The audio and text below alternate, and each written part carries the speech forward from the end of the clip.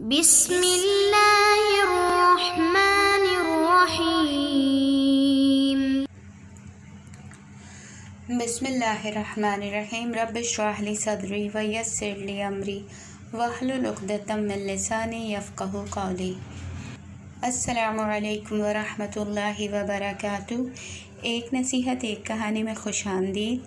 آج کی کہانی حضرت ہود علیہ السلام کے بارے میں ہے۔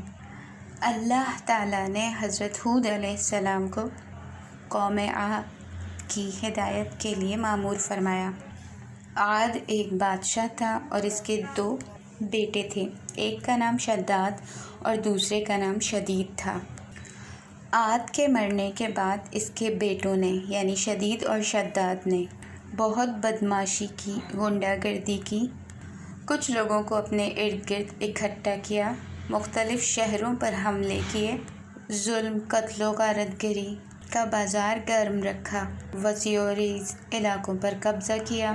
اسی دوران شدید کی موت واقع ہو گئی۔ اب شداد اکیلا بادشاہ بن گیا، تکبر کے نشے میں دھت ہو گیا۔ جب حضرت ہود علیہ السلام نے اسے خدا پرستی کی طرف دعوت دی اور فرمایا اگر تو اللہ کا بندہ بن جائے تو وہ تجھے بہشت جاوید عطا فرمائے گا، اس نے کہا بہشت کیسی ہے؟ تو حضرت ہود علیہ السلام نے اس کے سامنے خدا کی بہشت کی کچھ خصوصیات بیان کی۔ تو شداد نے حضرت ہود علیہ السلام سے کہا یہ تو کوئی بڑی چیز نہیں، اس طرح کی بہشت تو میں خود بنا سکتا ہوں، اور اپنے غرور اور تکبر کی وجہ سے اس نے حضرت ہود علیہ السلام کی ایک بات نہ مانی۔ شداد نے مناسب جگہ پر ایک مناسب زمین خریدی اور نامی گرامی کاریگروں کو اس کی تعمیر پر مأمور کیا۔ شداد نے دنیا کے تمام بادشاہوں کو خطوط لکھے کہ ان کے پاس جتنا سونا اور جواہرات ہیں وہ سب کچھ شداد کے پاس بھجوا دیں۔ بادشاہوں نے اس کے حکم پر عمل کرتے ہوئے سونا اور بہت سے جواہرات اس کے پاس بھیج دیے۔ کاریگروں نے ایک طویل مدت تک بہشت تیار کی۔ ان کاریگروں نے اس مصنوعی بہشت کے ارد گرد 1000 خوبصورت ترین محل تعمیر کیے تھے۔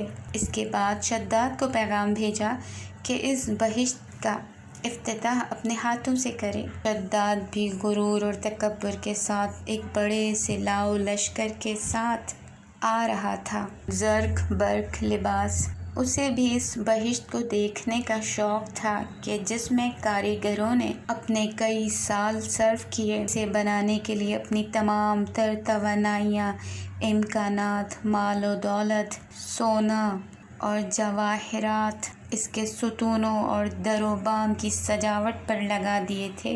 ادھر شداد خوشی خوشی اس بہشت کو دیکھنے کے لیے محو سفر تھا۔ شداد بہشت کے سامنے اپنے گھوڑے پر ہی سوار تھا۔ گھوڑے سے اترنا چاہا، دایاں پاؤں زمین پر اور بایاں پاؤں ابھی رکاب میں ہی تھا کہ اللہ تعالیٰ نے عزرائیل علیہ السلام کو حکم دیا کہ اس کی روح قبض کر لو، لہٰذا شداد زین اور زمین کے درمیان ہی مر گیا۔ اس نے بہشت بہت ارمانوں کے ساتھ بنوائی تھی، پر اس کی آنکھ وہ بہشت نہ دیکھ سکی کہ اسے موت نے آ لیا۔ اس پوری کہانی سے ہمیں یہ سبق ملتا ہے کہ تمام طاقتیں، تمام قوتیں اگر کسی کے پاس ہیں تو وہ خدائے بزرگ و برتر ہے، اور موت ایسی حقیقت ہے کہ اس سے کسی کو فرار نہیں۔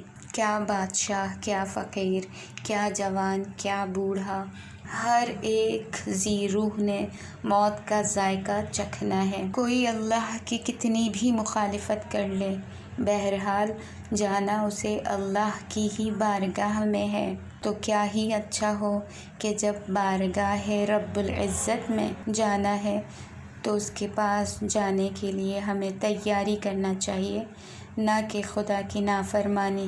یہ مال و متاع، یہ سونا، یہ جواہرات، یہ نوکر چاکر، یہ سب یہیں دنیا میں ہی رہ جانے والی چیزیں ہیں، اور اگر کوئی چیز ہمارے اور آپ کے ساتھ جا سکتی ہے تو وہ ہمارے نیک اعمال ہیں۔ دنیا کی زندگی بہت ہی مختصر ہے اور آخرت کی زندگی لا فانی زندگی ہے، یعنی کبھی بھی ختم نہیں ہونے والی زندگی۔ تو ہمیں اس زندگی کے لیے، اپنے آخرت والے گھر کے لیے محنت کرنی چاہیے۔ اگلی نصیحت اور کہانی کے ساتھ انشاءاللہ پھر حاضر ہوں گے۔ جب تک کے لیے اللہ حافظ۔ سبسکرائب کیجیے ذکر ٹی وی اور اس علم کے سفر میں ہمارے قدم کے ساتھ قدم ملائیے۔